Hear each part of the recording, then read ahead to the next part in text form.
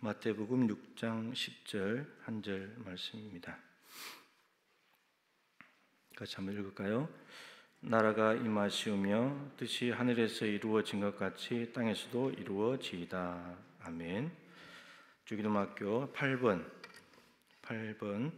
두 번째 강구는 무엇입니까? 여기 되겠습니다. 교재는 9페이지, 족수로는 9페이지입니다.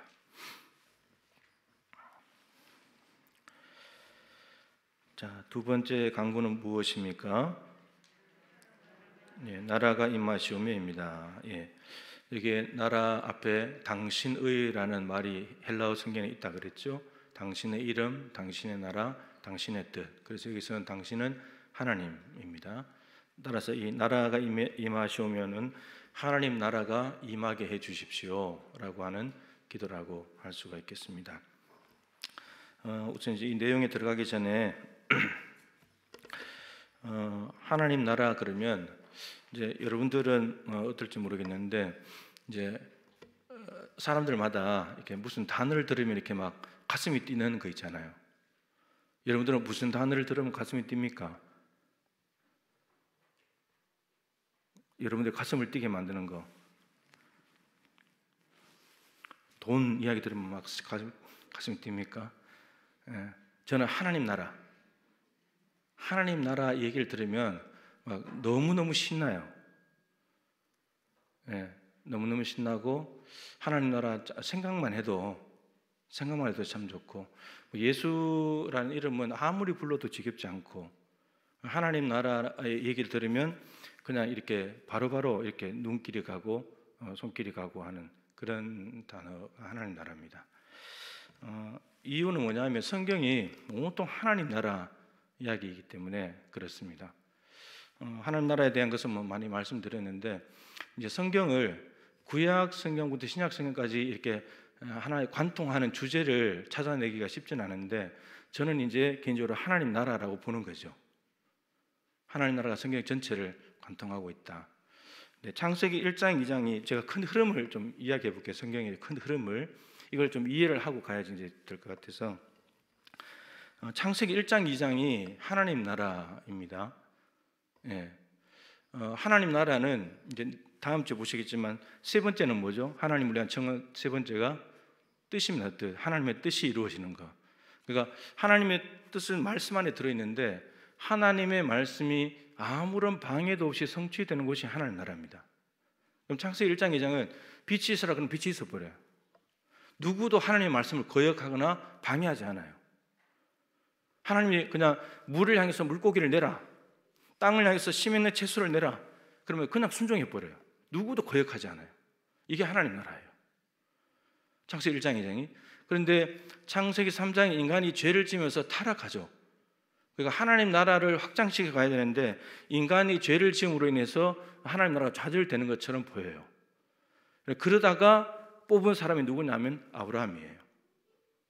아브라함을 통해서 하나님께서 고향 친척 아버지 집을 떠나서 이 가나안 땅으로 오게 해서 결국은 하나님을 믿고 살아가는 새로운 민족을 만드시고, 그 민족을 통해서 내 소유 제사장 나라 거룩한 백성을 만들고 싶다. 이게 하나님의 꿈이었잖아요. 이게 결국은 하나님 나라를 다시금 에덴 동산 밖에서 만들어 가기를 원하시는데 선택하신 민족이 이스라엘 민족이라는 거죠. 근데 이스라엘 민족도 어떻게 해요? 이스라엘 민족도 실패. 그래서 결국은 그 실패한 과정 속에서 하나님의 나라를 이렇게 많이 이야기했던 그런 부분들이 있는데, 이사야도 이야기를 했었고, 조금 이따 잠깐 이제 언급은 하겠지만, 레위기 25장도 희년인데 희년도 하나님 나라예요.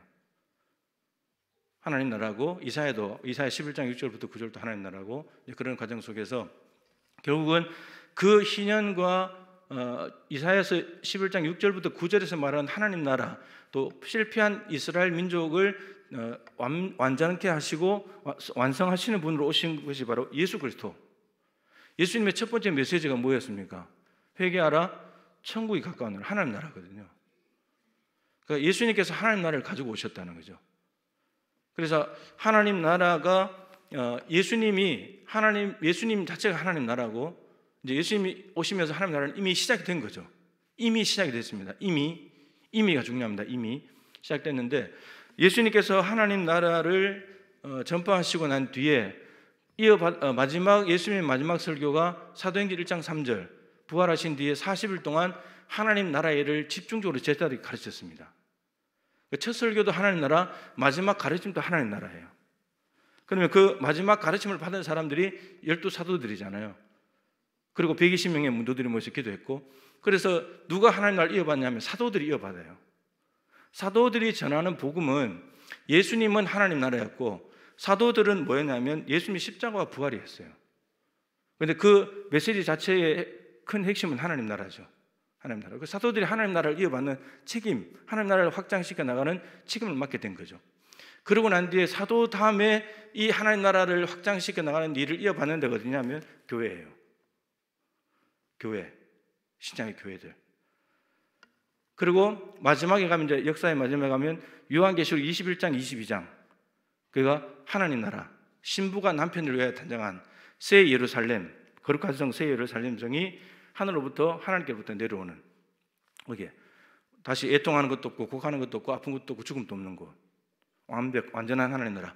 창세기 아까 찬송 235장, 거기서 주님이 함께 계시고 거룩한 백성들이 모여서 함께 사는 곳, 그렇게 되는 거죠. 그러니까 창세기 1장, 2장, 요한계시록 21장, 22장이 성경책 앞과 뒤에 있으면서 하나님 나라가 감싸고 있는 구조예요. 그런데 이 전체 다가 하나님 나라가 이렇게 흘러오는, 하나님의 원대한 계획이 바로 그거였다는 겁니다. 하나님 나라를 이루는 것. 근데 그 하나님 나라가 이렇게 흘러가는데, 하나님 나라의 가장 중요한 개념, 참 많이 말씀드렸죠. 하나님 나라의 가장 중요한 개념이 뭡니까? 하나님 나라라는 것은, 괜찮아요. 다시 확인하면 돼요. 시편 145편 13절 화면을 보시면서 한번 읽어보겠습니다. 시편 145편 13절. 이 말씀 너무너무 중요해요.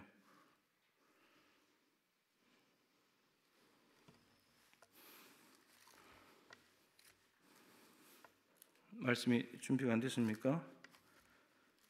제가 항상 수요일 날 넘겨드리다가 어제 넘겨드렸더니 준비가 안 되는 것 같은데, 145편 13절, 자, 제가 읽겠습니다. 주의 나라는 영원한 나라이니 주의 통치는 대대에 이르리이다.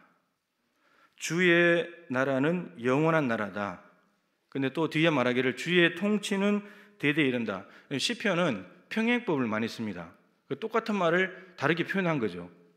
그래서 주의 나라, 그 나라는 영원한 나라인데 주의 통치가 대대에 이른다. 따라서 주의 나라라는 말과 주의 통치라는 말이 같은 말이고, 영원한 나라라는 말이 대대에 이른다는 말과 똑같은 말이에요. 그러면 하나님 나라의 가장 중요한 개념은 하나님의 통치. 하나님이 통치하시는 곳은 다 하나님 나라예요. 하나님이 다스리는 곳은 다 하나님 나라예요. 이런 개념입니다. 그래서 제가 북한을 많이 얘기했잖아요. 북한은 김정은이가 다스린 나라이기 때문에 김정은의 나라예요. 거기에는 김정은의 법만 통하잖아요. 에덴 동산에서 하나님의 말씀만 통했듯이 거기에서 거역할 수가 없잖아요. 그게 김정은의 나라예요. 마찬가지로 하나님의 말씀, 하나님의 뜻만 통하는 곳이 하나님 나라예요. 하나님 통치하시고 다스리시니까. 여러분 안에 하나님께서 여러분을 온전히 통치하시면 여러분 안에 하나님 나라가 이루어진 거예요. 이런 말입니다. 우리 교회가 하나님의 말씀에 전적으로 다 순종하고 100% 복종하며 간다. 하나님 나라인 거예요. 하나님 나라.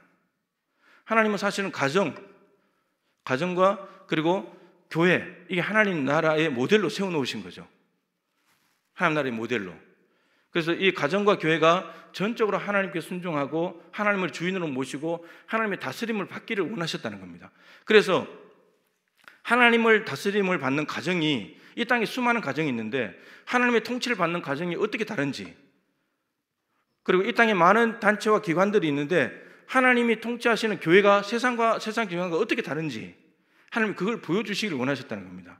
그게 이스라엘 민족을 향한 꿈과 똑같았는데 이스라엘 백성들이 실패했다 그랬잖아요. 근데 지금 우리에게 여전히 그 사명이 주어져 있습니다. 아까 말씀드린 대로 예수 그리스도, 그 다음에 사도들이 전했던 십자가와 부활의 복음을 가진 하나님 나라, 그 다음에 이어받은 데가 교회라고요. 교회예요, 교회. 그래서 이 나라가 임하시오며라는 말은 하나님 나라가 우리 모든 전 영역에 임하여 달라는 기도예요. 하나님 나라가 와야 돼요. 그럼 이제 조금 더 말씀드리겠지만, 이름 할 때 하나님의 이름이 높아지려면 누구의 이름이 없어져야 돼요? 내 이름이 없어져야 돼. 그죠? 마찬가지로 하나님 나라가 임하려면 뭐가 없어져야 돼요? 내 나라, 내 영역이 없어져야 돼요. 이런 기도예요. 예. 내 영역, 내 나라는 내가 다스리는 거잖아요. 여러분들의 삶의 영역 안에 어떤 돈을 쓴다, 뭐 어떤 누구를 만난다, 어떤 일을 할 때에 내 뜻과 내 방식대로 하죠. 내 뜻대로, 내 고집대로. 그럼 여러분들의 나라인 거예요. 그 부분만큼은. 근데 내 삶의 어떤 영역에 있어서 돈을 어떤 분이 지출하는데 전적으로 하나님의 뜻으로 지출한다. 그럼 그 영역은 하나님 나라인 거예요. 그래서 우리의 삶의 모든 영역이 하나님이 다스린 나라가 되기를 원하는 거죠. 아직까지 하나님께 주인의 자리를 내어드리지 못한 곳이 있다면 빨리 내어드려야 된다는 말이에요. 내가 다스리고 내가 고집대로 하는 영역이 많다면 아직 하나님 나라가 많이 이루어지지 못한 거죠. 내 안에. 우리 교회도 마찬가지예요. 교회 안에 여러 가지 사역들이 있죠. 예배도 있고 사명이 있죠. 그죠? 예배도 있고 교육도 있고 뭐 여러 가지 부분인데 그 부분에 하나님의 통치가 있느냐 이거예요. 하나님의 뜻대로 하냐 이거예요. 그 부분이. 혹은 교회 안에는 많은 단체들, 기관들이 있는데 그 단체와 기관들이 전적으로 하나님을 주인으로 모시고 하나님의 뜻대로 하냐? 그러면 하나님 나라가 임한 거예요. 그 부서에는. 근데 그러지 못하고 그 구성원들이 자기 고집대로 하고 자기 뜻대로 하고 자기 생각대로 한다. 하나님 나라가 아직 임하지 않은 거예요. 이런 말입니다. 이 말이, 이 기도가. 그래서 하나님 나라가 임하게 되려면 하나님이 통치이기 때문에 하나님이 이 나라를 만들어 가셔야 돼요. 아까 말씀 이스라엘 민족이 실패하잖아요. 그죠? 출애굽 1세대 실패하고 2세대도 실패하고 계속 실패하거든요. 근데 하나님은 그래 하나님 나라가 좌절되는 것 같지만 끊임없이 하나님께서 하나님 나라를 이루어가요. 또 믿음의 사람들을 세워가지고 하나님이 하나님 나라를 세워가는데, 근데 아까 예수님이 오심으로써 이미 하나님 나라가 왔다 그랬죠. 완성된 하나님 나라는 아직 오지 않았고 아직 아니지만, 근데 하나님 나라가 이미 왔기 때문에 우리가 예수님을 믿는 순간 예수가 하나님 나라를 가지고 오셨다면 우리 안에 이미 하나님 나라가 가능하다는 말이죠. 그럼 이제 우리 이 기도의 두 번째 의미는 우리를 통해서 하나님 나라가 확장돼야 된다는 말이에요. 이게 두 번째 의미예요.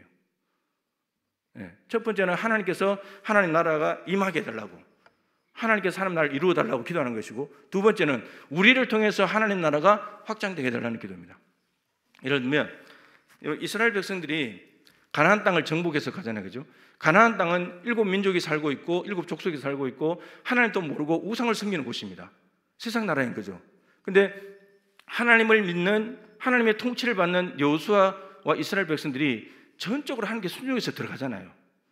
하나님의 여리고성을 돌아라 그러면 돌고, 소리 지르라 그러면 소리 지르고, 홍해 바다 가르라면 가르고, 요단강 건너라면 건너고, 막 이렇게 전적으로 하잖아요. 그러면서 어떻게 됩니까? 가나안 땅을 조금씩 정복해 가죠. 이게 하나님 나라를 확장해 가는 거예요. 세상 우상과 헛된 것들이 통치하는, 사람이 통치하는 그 영역들 하나님이 통치하시는 것으로 바꿔가는 거예요. 하나님 나라 확장되려면 우리가 먼저 하나님의 다스림을 받아야 되고, 하나님의 다스림을 전적으로 받는 사람들이 세상에 나가서 살아가게 되면 이 사람들이 살아가는, 성도들이 살아가는 영역만큼 하나님 나라가 바뀌어서 가는 거죠. 근데 여러분, 정복해 가다가 정복하지 못한 곳들이 있었죠. 그리고 오히려 거기에는 이 철기 문화, 이미 철기 문화가 블레셋에 자리 잡고 있었고, 이 이스라엘 백성들 청동기 문화였기 때문에 게임이 안 되는 건데 거꾸로 역공격을 당하는 거죠. 그러면 하나님 나라가 축소되면서 세상 나라가 넓어져 버려요. 그럼 반대로 복음을 가지고 공격하고 말씀에 순종해서 전진하게 되면 세상 나라가 축소되고 하나님 나라가 확장되는 거죠. 근데 이걸 원한다는 겁니다. 좀 다르게 말하면, 예전에 보신 적 있을 텐데 북한에 밤에 인공위성에서 찍은 게 있죠. 전기불이 어디 들어오는지 밤에 그 찍은 게 있거든요. 시커매요. 시커멓습니다. 물론 이렇게 차단하고 그런 것도 있지만 불이 거의 없거든요. 근데 지금 순천에 만약에 인공위성으로 만약에 전기불이 아니고 교회 하나님 나라에 대한 사진을 찍으면 그냥 숫자상으로 30%는 예수 믿는다고 해요. 그러면 순천 땅에 30%는 불이 들어와 있는 거예요. 그럼 70%는 어두운 거죠. 하나님 나라가 임하게 해달라는 말은 그 어두운 땅 70%가 빛이 들어오게 해달라는 말이에요. 믿는 사람들이 생겨나게 해달라는 말입니다. 하나님의 법이 통하는 곳이 되게 해달라는 말이에요. 이 기도예요. 주기도문의 기도는. 그러니까 너무너무 중요한 기도죠. 너무너무 중요한 기도인 거예요. 그냥 나라가 임하시오며 암송하고 지나갈 구절이 아니고 너무너무 중요한 기도인 거예요, 이게. 우리가 원하는 게 그거잖아요. 불신자들이 한 명 돌아온다, 하나님 나라가 확장되는 거고, 인공위성으로 찍었을 때 불이 한 곳에 밝아지는 거예요.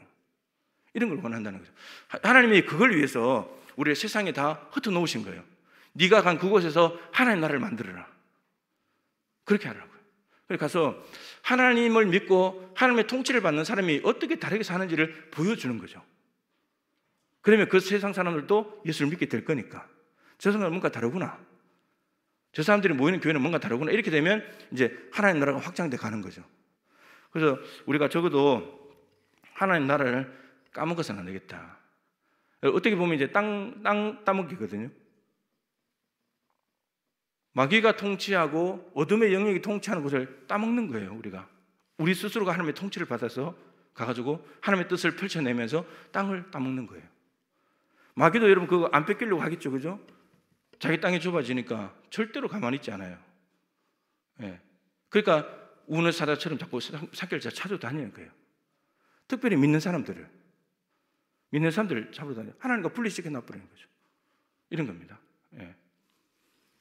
그래서 영적으로 지치고 이제 외로워하고 이런 사람들을 우리가 잘 보호해 줘야 됩니다. 광야 시절에 아말렉이 이스라엘 백성들이 광야에서 지쳐질 때 그 꼬랑지 부분에 지쳐 있는 사람들을 공격했잖아요. 그렇게 되는 거거든요. 그래서 우리가 서로 보호해 주면서 하나님 나라를 견고하게 세워야 되고 이걸 확장시켜 나가야 되고요. 이게 교회가 할 일이에요. 오늘 주기도문의 내용은 그것입니다.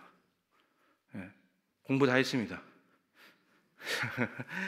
자, 우선 이게 개론적인 부분인데, 자, 안에 이제 내용을 또 한번 읽어보십시다. 제가 말씀드린 내용이 여기 이제 거의 다 들어 있어요. 자, 그 다음 문장을 한번 읽어보겠습니다. 즉 이것은 우리가 점점 더 주님께 복종하도록 우리를 주의 말씀과 성령으로 다스려 달라는 간구요. 예, 거기까지. 점점 더 주님께 복종하도록. 그러니까 하나님의 통치하신다니까 우리는 복종해야 되는 거잖아요. 이 기도라는 거죠. 나라가 임하게 달라는 말은 하나님의 통치가 나에게 와달라는 말은 내가 거기에 복종하겠습니다. 복종해야지만 하나님의 나라가 이루어지니까. 네, 하나님의 통치를 받아야 되니까, 그죠? 그런 겁니다.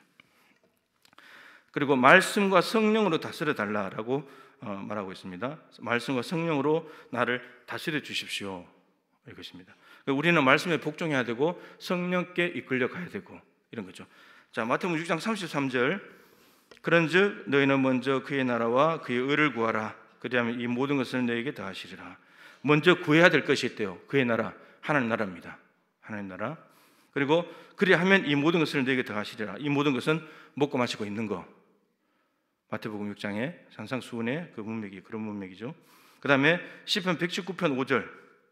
내 길을 굳게 정하사 주의 율례를 지켜서. 주의 율례는 주의 말씀, 법이잖아요. 하나님의 말씀에 복종하는 것이 하나님 나라가 임하는 방법입니다. 예. 하나님의 말씀이 아무런 방해도 없이 이루어지는 것이 하나님 나라이기 때문에 하나님의 법을 따라가는 것이 바로 하나님 나라를 만들어가는 방법인 거죠. 그 다음에 시편 143편 10절. 주는 나의 하나님이시니 나를 가르쳐 주의 뜻을 행하게 하소서. 주의 영은 선하시니 나를 공평한 땅에 인도하소서. 주의 뜻을 행하게 하사. 이게 하나님의 다스림을 받는 겁니다. 예. 사울은 하나님의 말씀을 안 들어요. 사울 자체가 하나님 나라가 이루어지지 않는 거예요. 하나님의 통치가 안 되는 거예요. 그런데 다윗은 하나님의 말씀에 순종하거든요. 그러니까 하나님의 통치가 되는 거예요. 하나님이 사용하기가 편한 거죠. 예. 말 안 들으니까 사울은 버리는 거고 말 잘 들으니까 하나님께서 다윗을 크게 쓰시고 그런 겁니다. 자, 그 다음 문장 읽겠습니다. 주의 교회를 보존하시고 부흥시켜 달라는 간구입니다. 그러니까 하나님 나라가 임하게 달라는 말은 교회를 보존해 주십시오. 교회가 하나님 나라의 전진 기지이고 하나님 나라를 보여줘야 될 것인데 그것이 보존돼야 되겠고 부흥시켜 달라. 교회가 이제 부흥된다는 말은 이 부흥도 이제 잘 이해를 해야 되지만 부흥된다는 말은 하나님 나라가 확장되는 거죠. 그만큼. 그죠? 그런 뜻입니다. 자, 관련된 구절 시편 51편 10절입니다. 하나님이여 내 속에 정한 마음을 창조하시고 내 안에 정직한 영을 새롭게 하소서. 이게 다윗이 언제 고백한 겁니까? 언제 이걸 한 거죠? 그렇죠. 바세바 사건입니다. 바세바를 범하고 난 뒤에 나단이 찾아와서 이제 비유를 통해서 다윗이 심각한 죄인임을 깨닫게 했잖아요.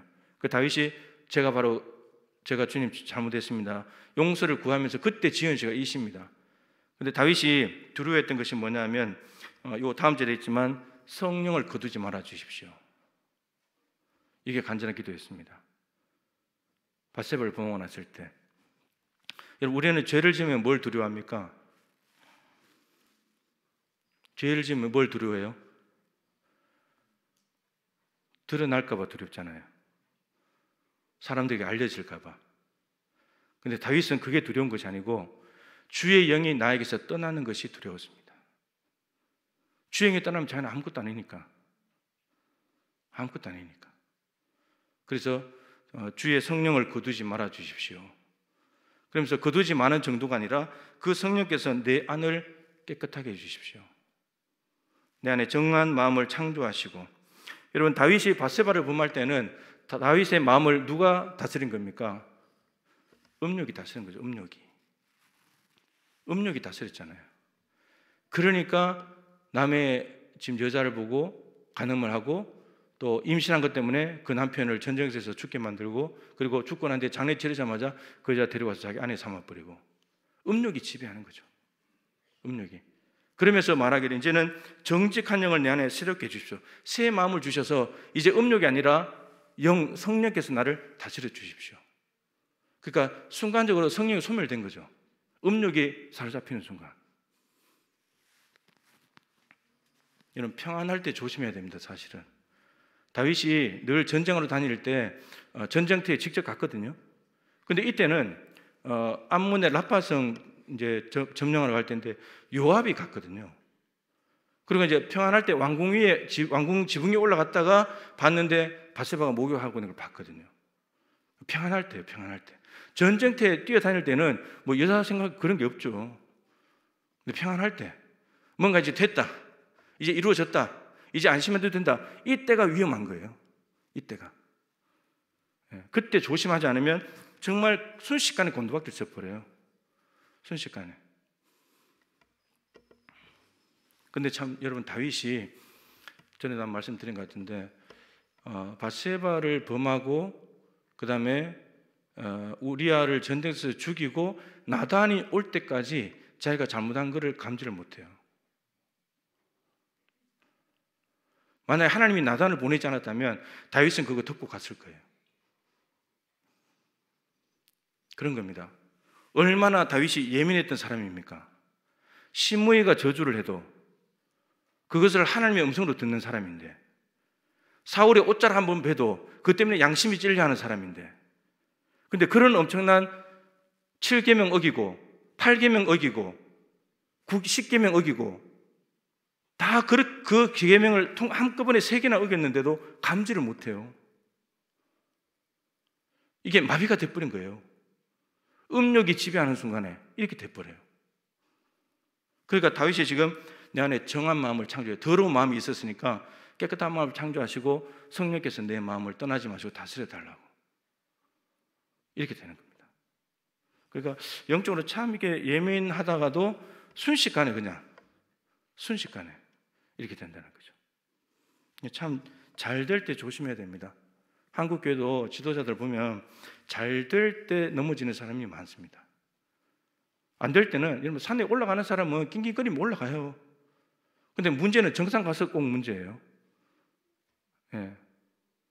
올라갈 때는 정신없이 올라가야 되거든요. 힘들기도 하고 딴 생각 못 한다고요. 근데 정상에 뭔가 이루었다고 생각하면 그 다음에 이제 병들기 시작하는 겁니다. 그래서 간혹 말씀드렸지만 스티브 잡스가 아이팟을 처음에 만들었을 때 조그마한 기계 거기 노래 넣고 주머니 쏙 들어가는 거, 그 아이팟을 만들었을 때 시장에서 최고점을 찍었대요. 판매율. 여러분, 최고점을 찍으면 뭐 할까요? 보통 장사꾼 같으면 뭐 할까요? 시장에서 판매율 1위를 냈다. 어떻게 할까요? 더 만들어가지고 더 많이 팔려고 하겠죠. 근데 스티브 잡스는 이제 위기다, 이제 위험하다, 그러고 만든 게 아이폰이에요. 완전히 다른 마인드인 거죠. 다른 사람 장사꾼들은 많이 팔면 더 이게 잘 될 줄 알고 더 많이 만들잖아요. 근데 위기를 느낀 거예요. 그래서 만든 게 아이폰입니다. 아이폰도 지금 뭐 잡스가 이제 고인이 됐지만 아이폰 뭐 엄청나게 많이 쓰고 있잖아요. 그렇게 가는 거거든요. 그러니까 잘 되고 뭔가 정상에 갔다고 생각할 때, 이젠 됐다라고 생각할 때가 조심해야 될 때예요. 선줄로 생각하는 자는 넘어질까 조심해라. 네, 정말 진리예요. 다윗이 딱 그 삶이었거든요. 이때부터 다윗의 인생은 내리막길이에요. 내리막길. 예. 그래서 가정에 막 그 형제들끼리 간음하고 죽이고 막 이런 일들이 계속 벌어지잖아요. 한 번 그렇게 한 것뿐인데, 그죠? 자, 그 다음에 시편 122편 6절부터 9절 말씀인데, 예. 그리고 요 구절은 예루살렘, 뭐 성, 궁중, 하나님의 집, 이게 이제 예루살렘을 여러 복합적인 의미로 표현한 건데, 교회를 사랑하는 거, 이제 이것을 대한 표현인데, 이런 부흥이라는 것은 다윗이 고백한 대로, 부흥은 우리는 숫자 늘어나는 거 생각하잖아요. 그건 결과예요. 진짜 부흥은 뭐냐면 하나님의 영이 내 안에 임재해서 나를 다스리는 게 부흥이에요. 이게 부흥의 시작입니다. 예. 우리가 부흥을 너무 잘못 알고 있어가지고 지금까지 부흥을 한 번도 못 경험했단 말 그런데, 부흥은 내 안에 성령께서 오셔서 나를 온전히 지배하고 다스릴 때 부흥이 시작됩니다. 이미 부흥이 시작되는 거예요. 세계 교회사에 부흥이 일어났던 그 일들을 다 이렇게 살펴보면요, 소수의 사람들이 모여서 정말 하나님을 사랑합니다 고백하고 성령님의 온전한 다스림을 받는 그곳에 일어났어요. 뭐 대형 집회를 하고 뭐 그런 곳에 부흥이 일어난 것이 아니고, 그런 것들은 다 결과들로 나타나는 거고, 정말 부흥은 소수의 사람들이, 몇몇 안 되는 사람들이 모여서, 정말 젊은 어린 소녀들이 모여서 흐름한 예배당에서 하나님을 사랑합니다 고백했을 때 그곳에 하나님이 임하시고 부흥이 퍼져나간다는 거죠. 그러니까 성령의 온전한 다스림을 내가 먼저 받아야 돼요. 내가 하나님 나라가 이루어져야지 그게 부흥이 시작되는 겁니다. 자, 그 다음 문장 읽겠습니다. 그리고 마귀의 활동과 주님을 대항하는 모든 권세와 주의 거룩한 말씀을 대항하여 날조된 모든 악한 무의들을 쳐부수어 달라는 간구입니다. 마귀와 반드시 연관이 있죠. 하나님 나라, 마귀의 나라, 세상 나라가 있으니까 반드시 연관이 있습니다. 자, 요한일서 3장 8절입니다. 죄를 짓는 자는 마귀에게 속하나니 마귀는 처음부터 범죄함이라. 하나님의 아들이 나타나신 것은 마귀의 일을 멸하려 하심이라. 예, 이렇게 되어 있습니다. 자, 이제 마귀의 나라가 박살나는 것이 하나님 나라가 확장되는 건데, 우선 그 앞서서 아까 이렇게 얘기했죠. 하나님 나라가 확장에 임하려면 내 나라가 없어야 된다 그랬죠. 내 나라, 내 영역이 없어져야 돼요. 근데 이게 무슨 말이냐면, 교회 안에서 자기의 영역을 넓히는 사람이 있어요. 자기 편을 만드는 거죠. 자기 말이 통하게 만들고, 자기를 지지하게 만들고, 자기 뜻을 이루어지게 만들려고 세력을 만드는 일들이 있다는 겁니다. 편가르기 하는 거죠. 편가르기. 세상으로 하면 진영 논리, 이런 것들이 교회 안에 작용을 한다는 거죠. 사도행전 20장 30절입니다. 말씀을 한번 같이 보겠습니다. 이제 준비됐을 텐데, 예, 시작. 중에서도 제자들을 끌어 자기를 따르게 하려고 어그러진 말을 하는 사람들이 일어날 줄을 내가 아노라. 참 많이 말씀드린 구절입니다. 바울이 밀레도에서 에베소 교회 장로들을 초청하다가 마지막 고별 설교를 하면서, 하나님이 자기 피로 사신 교회를 너희들 잘 보살펴야 된다. 내가 떠난 후에 잘 보살펴야 된다. 하나님이 감독자로 세우셨다. 그렇게 말씀하시면서, 첫 번째는 내가 떠난 후에 이 사나운 이리 때가 교회를 공격할 것이다. 양을 물어갈 것이다. 거짓 교사들이 들어와서 거짓 것들을 퍼뜨려 가지고 교인들을 미혹시킬 거다. 이런 외부의 공격이 있을 걸 말하면서, 아까 저 구절은 뭐냐면, 내부에서 너희들 중에, 장로들 중에서, 교회 어른들 중에서 교회를 잘 보살피고 해야 될 지도자 그룹 안에서 자기를 따르게 하려고 어그러진 왜곡된 말을 하는 사람들이 일어나게 될 줄은 내가 안다. 이렇게 말한 겁니다. 얼마나 뜨끔했겠어요. 너희들 중에 자기 편 따르게 하려고 왜곡된 말을 통해서 사람들 자기 편을 끌어들이는 거예요. 그럼 이렇게 되면 어떻게 됩니까? 교회가 분열이 되는 거죠. 편가르기 되지 않겠습니까? 바울이 이걸 냉정하게 본 거예요. 너희들은 이렇게 생긴다. 근데 정말 요한계시록 2장에 가면 에베소 교회 니골라 당에 들어옵니다. 니골라 당의 유혹에 넘어갑니다. 에베소 교회가 처음 사랑을 잃어버렸다고 야단맞았잖아요. 그런 일들이 생겨나는 겁니다. 그러니까 교회 안에서 절대 편가르기 하면 안 됩니다. 그럼 교회 분열되는 거예요. 네. 내 나라가 철저하게 다 파괴돼야 됩니다. 왜 교회 안에서 자기 사람들 끌어모읍니까? 뭐 하려고? 다 자기 목적인 거죠. 자기 야망인 거죠. 자기 말이 통하게 하기 위함인 거죠. 안 되는 거예요. 우리 다 주님 편만 되면 돼요. 주님을 따라가야지 사람 따라가면 안 되잖아요. 그죠? 그렇게 사람을 모으려고 했어도 안 되고 사람을 따라갔어도 안 되고, 그렇게 되면 여러분 진영 논리에 빠지게 되면 아시는 대로 옳은 말을 해도 상대편이면 틀렸다고 말해버리고 내 편이 틀렸는데도 맞다고 해버려요. 그러면 정의와 공의는 다 어디로 가겠습니까? 다 무너지는 거예요. 옳고 그름이 없어져 버려요. 아무리 뭐 틀렸든지 옳았든지 간에 저 사람이 내 편이냐? 내 편이라면 틀려도 맞는 거고, 상대편이면 저 사람이 옳은 말을 해도 틀렸다고 해버리는 거고, 그러면 이거는 엉뚱한 데로 가는 거예요, 교회가.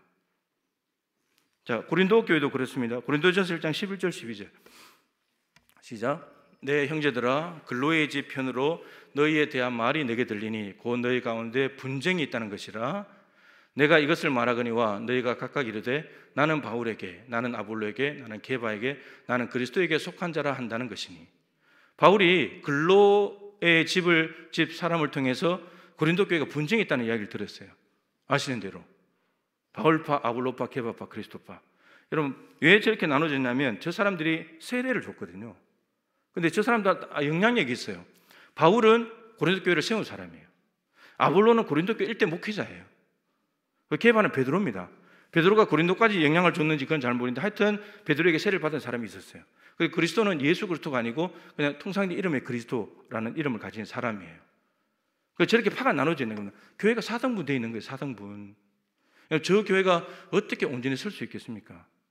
그래서 바울이 저 말을 하기 바로 전에 1장 10절에 내가 같은 말, 같은 마음, 같은 뜻을 가지고 온전히 합하라. 왜 너희들이 다른 말 하냐? 너희들이 바울이 십자가에 죽었냐? 예수님이 십자가에 죽었는데 너희들은 왜 딴소리 하냐는 거예요. 그리고 예수의 이름으로 세례를 받았지. 집례자는 다르지만 예수님의 이름으로 세례를 받았으면 예수 그리스도께 세례를 받았으니까 예수께 하나가 되어야 되는데 왜 바울 뒤에 줄을 서고 게바 뒤에 줄을 서고 아볼로 뒤에 줄을 서고 그러냐 너희들이. 예수 그리스도께로 하나가 돼야지. 이게 바울이 고린도 교회 분쟁이 있다는 고린도 교회의 처방전이었습니다. 너무너무 중요한 말씀입니다. 그 시대나 지금이나 여전히 분열이 일어나고 있는 일들이기 때문에 그렇습니다. 그래서 여러분 예수 그리스도 교회의 주인은 예수님이면 되는 거예요. 주인 돼서 뭐 하시려고? 사람이 주인 돼가지고 잘 되는 게 없어요. 잘 되는 게 없어요. 주인 되려고 하지 마세요. 주님이 주인이면 만족하세요. 제일 안정적인 거예요. 오히려 올라가는 걸 무서워해야 돼요. 주인의 자리에 누가 제일 잘 올라갈까요? 목사예요. 목사. 담임 목사예요. 예전에 그 우스갯소리 같은 거 있잖아요. 그 천국에 갔는데 이제 교회 어떤 서리 집사가 왔는데 자기가 이제 장로님인가 그래요. 장로 갔을 때는 이제 일어나서 왔냐고 그러고 이제 주님이 앉으시더래요. 근데 이제 같은 교회 서리 집사에 왔는데 주님이 달려가서 안아주더래요. 너무너무 수고했다고. 그래가지고 물었대요. 그러고 나서 또 목사님 왔는데 목사님은 자리에 일어나지도 않고 주님이 앉아서 그냥 이렇게 하더래요. 그래서 왜 그러시냐 그랬더니 목사들은 내가 잠깐만 틈을 주면 내 자리에 앉는다고. 내가 자리를 비울 수가 없다고. 이게 우습지만 이게 정말 주님이 정말 불안하실 정도로 주님의 자리를 넘보는 게 담임 목사들이에요. 제일 위험해요. 그래서 여러분 일부러 제가 말을 많이 하는 거예요. 주인 자리 탐내지 말라고. 이게 제가 여러분들에게도 여러분들을 지키기도 하지만 저를 지키는 거예요. 그래야 제가 안 올라갈 거니까. 예. 큰일 나는 거예요. 주가 그리스도지 우리가 무슨 그리스도예요. 우리가 무슨 하나님의 아들이에요. 우리가 그렇게 될 뿐에 우리를 기초로 해서 교회가 세워지는데 그러면 위험하죠. 주가 그리스도시요 살아계신 하나님의 아들입니다. 그 고백 위에 세워진 교회가 튼튼한 거지. 음부의 권세가 이기지 못하는 거지. 우리가 주인 돼 버리면 마귀가 웃죠. 우리는 마귀 못 이기는데 큰일 나는 거예요. 네. 큰일 나는 겁니다. 그래서 내 나라, 내 영역이 다 파괴되어야 됩니다. 철저하게. 그래야 주님의 온전한 통치가 이루어지게 되는 거죠.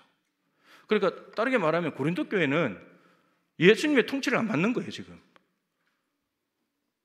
근데 바울, 아볼로, 게바 이런 사람들은 또 내 뒤에 줄 서 이런 마음이 없어요. 자기들이 그 뒤에 줄 서 있는 거지. 나는 아볼로에게 속했어. 자기들이 그렇게 주장하는 것이 아볼로가 내 뒤에 줄 서, 나 1대 목회자니까 나한테 줄 서, 이런 적이 없다니까요. 바울이 그래서 정리해봤잖아요. 심는 이나 물 주는 이, 심어야지 물을 줄 수 있고 그래야 되지만, 그러나 두 사람은 똑같은 사람이다. 자라게 하시는 하나님이 중요한 거지. 자라게 하시는 하나님이. 그래서 하나님이 중심이 되어야 된다. 정말 교회론에 있어서 참 중요한 말씀드립니다. 자, 그 다음에 아까 읽었던 마귀. 예수님께서 이 땅에 오신 것은 마귀의 일을 멸하려 하십니다라고 했습니다. 그럼 마귀의 일이 뭔지를 알아야지 알 수 있잖아요. 그죠? 자, 요한복음 8장 44절. 마귀 그러면 이 구절을 금방 떠올려야 됩니다. 시작. 너희는 너희 아비 마귀에게서 났으니 너희 아비의 욕심대로 너희도 행하고자 하느니라. 그는 처음부터 살인한 자요, 진리가 그 속에 없으므로 진리에 서지 못하고 거짓을 말할 때마다 제 것으로 말하나니 이는 그가 거짓말쟁이요 거짓의 아비가 되었습니다. 처음부터 거짓말했죠. 아담과 하와한테 먹으면 안 죽는다고, 하나님 된다고. 거짓말쟁이. 그 거짓말에 속아가지고 하나님 된다는 것에 불순종하고 하나님 되려고 하는 이 욕망, 교만함 때문에 선악과를 먹어버렸잖아요. 그래서 그때부터 쫓겨나기 시작하고 이런 일들이 벌어지게 됐습니다. 그러니까 마귀는 거짓말쟁이입니다. 여러분, 거짓말이 난무하는 곳에는 마귀가 역사하는 겁니다. 마귀가요. 그런 겁니다. 또 살인한 자고, 살인이 지금 미얀마, 여러분, 어둠의 세력들이 저곳을 지금 덮치고 있는 거거든요. 군부 세력이 문제가 아니고요. 저 욕심과 야망을 사람들을 부추겨가지고 움직이는 거예요, 마귀가.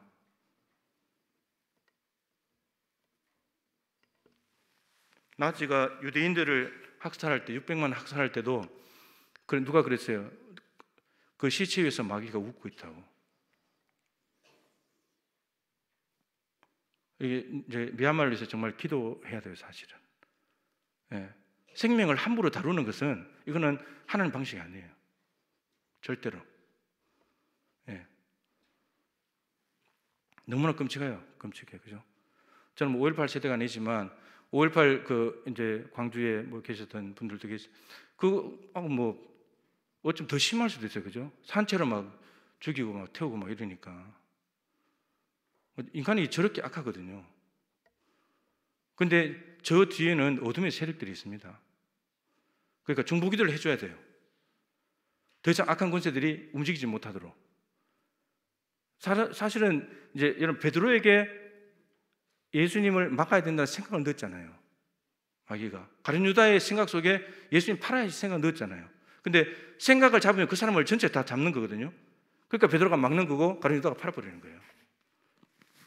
그러니까 새가 머리 위로 날아다니는 건 할 수 없는데 내려와서 내 머리에 둥지를 트는 것을 막아야 된다는 거예요. 근데 지금 저 군부들이 이 마귀가 새가 내려와서 둥지를 트는데 그걸 못 막는 거예요. 자기들의 힘과 권력과 부를 계속 누려야 되니까, 자기 마음대로 해야 되니까, 자기 나라 만들어야 되니까, 이런 거거든요. 인간의 욕심과 야망이 딱 맞아 떨어지는 거예요. 이미 인류의 조상 아담과 하와에게서 봤잖아요. 얼마나 인간이 높아지려고 하고 높은 자리를 좋아하고 그걸 얻을 수 있다면 무슨 짓이든 다 하는, 이런 거거든요. 분명히 영적인 세계가 있고 마귀들이 활동을 합니다. 활동을 하고 있어요. 그래서 마귀의 일이 이런 겁니다. 그 다음 계시록 12장 9절 10절 말씀, 여기도 마귀의 일이 나옵니다. 시작. 큰 용이 내쫓기니 옛뱀 곧 마귀라고도 하고 사탄이라고도 하며 온 천하를 꿰는 자라. 그가 땅으로 내쫓기니 그의 사자들도 그와 함께 내쫓기니라. 내가 또 들으니 하늘의 큰 음성에서 이르되 이제 우리 하나님의 구원과 능력과 나라와 또 그의 그리스도의 권세가 나타났으니 우리 형제들을 참소하던 자 곧 우리 하나님 앞에서 밤낮 참소하던 자가 쫓겨났고. 이제 9절에서 마귀가 하는 일은 뭡니까? 온 천하를 꿰는 자라. 미혹하는 사람이에요. 사단은 그런 겁니다. 미혹하는 거죠. 아담과 하와를 미혹했듯이 미혹하는 겁니다. 그 다음에 10절에서는 참소하던 자. 하나님 앞에 맨날 우리 죄 고쳐주지 않은 거예요. 근데 쫓겨났다는 게 쫓겨났어. 예, 검사노릇을 했다는 거죠. 맨날 죄를 고발하고 그랬으니까. 근데 이런 마귀의 일을 예수님께서 멸하러 오셨다. 그러니까 여러분, 마귀가 이런 말이에요. 마귀가 거짓과 살인과 참수하는 이 모든 현장 속에 마귀가 다스리고 있는데, 예수님이 와가지고 마귀를 멸했다는 말은 이제 마귀의 통치 시대는 끝났고 주님께서 통치하시는, 주인이 바뀌어지는 그 일을 이루러 오셨다는 거예요. 그 귀신 쫓아내는 것도 많이 말씀드리고, 마태복음 12장 28절에 있고 누가복음에 있는데, 내가 하나님의 성령을 힘입어 귀신을 쫓아내는 것이라면 하나님 나라가 이미 너에게 임했다. 그러니까 귀신 들린 사람은 귀신이 그 사람을 통치하고 있는 거예요.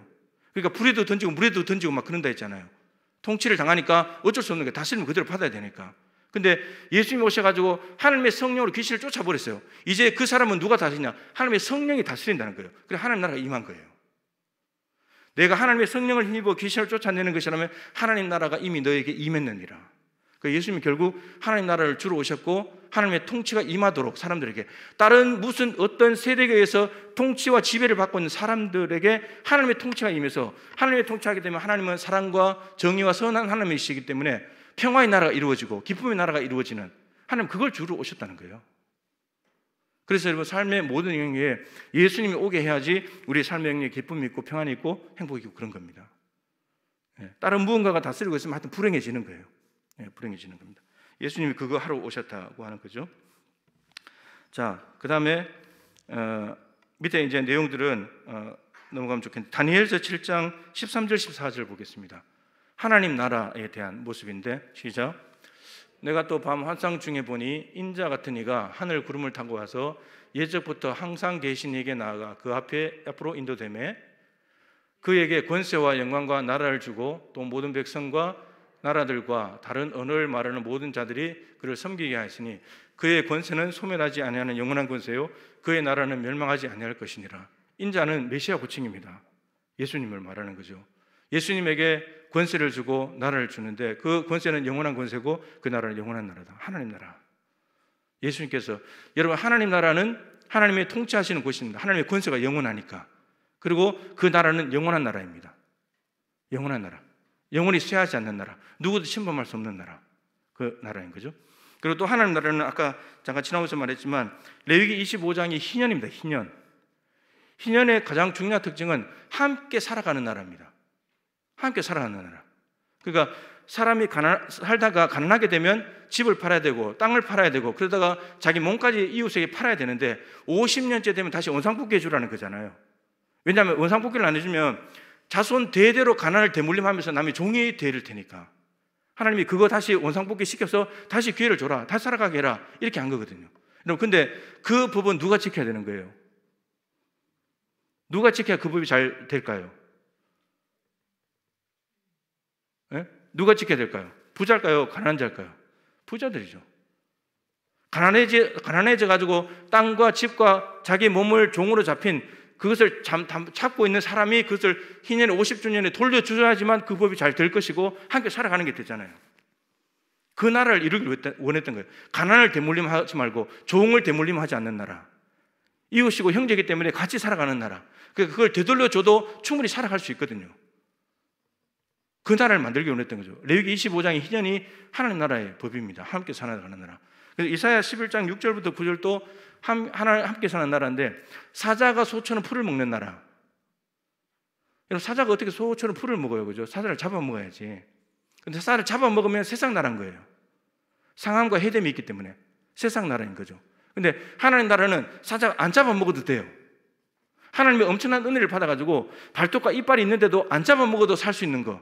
여러분, 강자가 약자에게 내려가서 약자를 섬기는, 예수님이 제자들을 발을 씻기신 것처럼, 여러분, 그런 나라, 만왕의 왕이 이 땅에 와서 종처럼 생겼잖아요.